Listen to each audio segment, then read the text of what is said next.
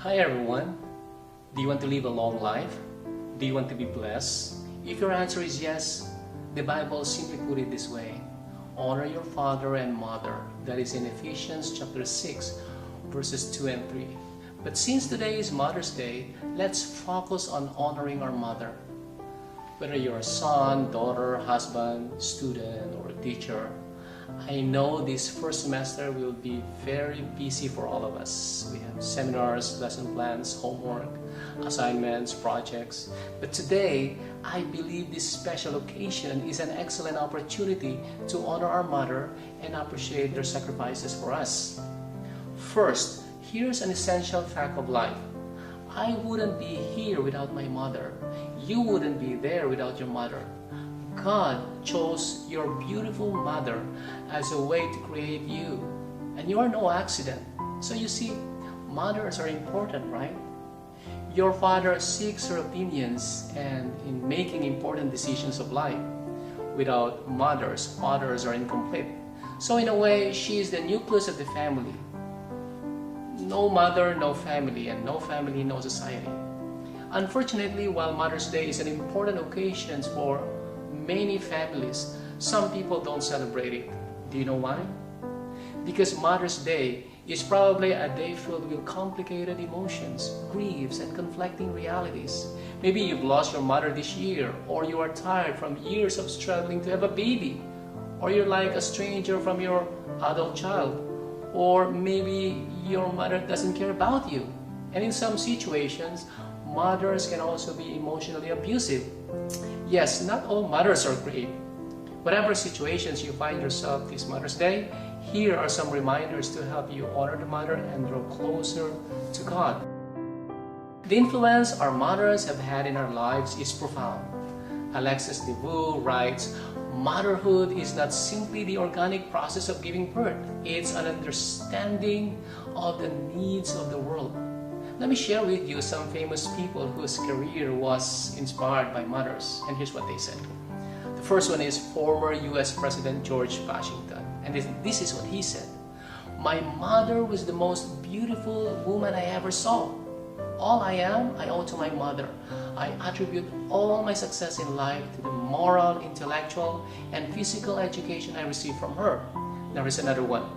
American sprinter Wilma Rudolph, and then this is what she said: "The doctors told me I would never walk again. My mother told me I would. I believe my mother." Some of you may not be aware, but Wilma suffered from polio, and many doctors felt she would never walk again. Yet she had regained her ability to walk and took up athletics, and that is because the encouragement coming from her mother. We have here also Thomas Edison, and he was saying, "My mother was the making of me. She was so true, so sure of me, and I felt I had something to live for, someone I must not disappoint." And then we have also Abraham Lincoln, and then this is what he said: "All that I am or ever hope to be, I owe to my angel mother." The last one is Benjamin Carson, a famous neurosurgeon. He said, "My mother was a person who could never accept an excuse from my brother or myself. It didn't matter what the situation was. If you came with an excuse, she would always say, 'Do you have a brain?' And if the answer was yes, then you had a way to get around it. Maybe you should use the brain."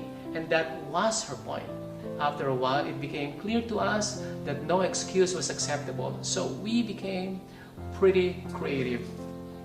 And what I'm trying to say to you is that our mothers have such a profound impact on our lives. But mothers have struggled too. Throughout the Bible, you can find a variety of women who dealt with motherhood struggles. You remember Eve, the first mother who lost one child at the hands of another? What about Rebecca, Isaac's wife, who struggled with favoritism of her son Jacob over Esau? And Jochebed, a caring mother who had to give her son Moses up. And also remember Mary, Jesus' mother? She was heartbroken to see her son crucified on the cross. You see, mothers are happy when we are happy, and they're sad when we're sad. They understand our pain, our sorrow. But most importantly, God is like a mother too. For instance, Jesus uses the metaphor of a mother hen to express the relationship he longs to have with his children. This is a touching moment when the best analogy at his disposal is one of a mother's care. That is in Matthew 23:37. It says, "How often would I have gathered your children together as a hen gathers her brood under her wings, and you are not willing." Deuteronomy 32:11 says, "God cares for his people like an eagle hovering over her young." Another one in Psalms 22 verses 9 and 10, it says, "God is concerned for his people like a midwife cares for the child she's delivered." And then Isaiah 66:13, the last one, "God comforts his people like a nursing mother." So there are no words to describe our gratitude or thanks to our mother. She is the most precious gift to us from the Almighty. Now the question is how to honor your mother. Well, it's simple. Obey them and follow their instruction. Our first idea about a loving God is through our parents.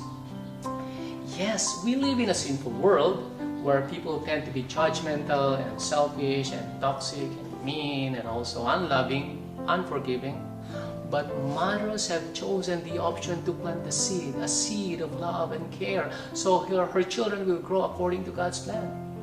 You see, I love my mother, and I knew she loved us too, but she died 10 years ago.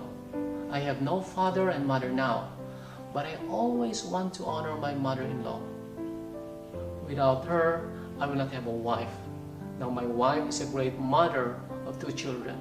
And here's an excellent reminder for us. Never waste a precious moment to appreciate her while you still have a chance to express your affection. Your mother will never be there all the time. Sooner or later, she will grow old. Let me share with you an interesting story. President Abraham Lincoln once summoned an army surgeon to the White House, and the major assumed that he was to be commended for some exceptional work. And during the conversation, Mr. Lincoln asked the major about his widowed mother. "She's doing fine," he responded. "How do you know?" asked Lincoln. "You haven't written to her, but she has written to me," Lincoln continued. "She thinks that you are dead, and she is asking that a special effort to be made to return your body." Then President Lincoln placed a pen in the young doctor's hand and ordered him to write a letter letting his mother know that he was alive and well. It's very touching, right? Proverbs 23 verse 22 says, "Listen to your father who gave your life, and do not despise your mother when she is old." You may be excelling in your work and has the talent of giving a presentation, or you may be good in meeting deadlines and projects. You may have a lot of achievements and accomplishments in life, but never forget your mother. I know she's not perfect, but let your mother know you appreciate her. Happy Mother's Day.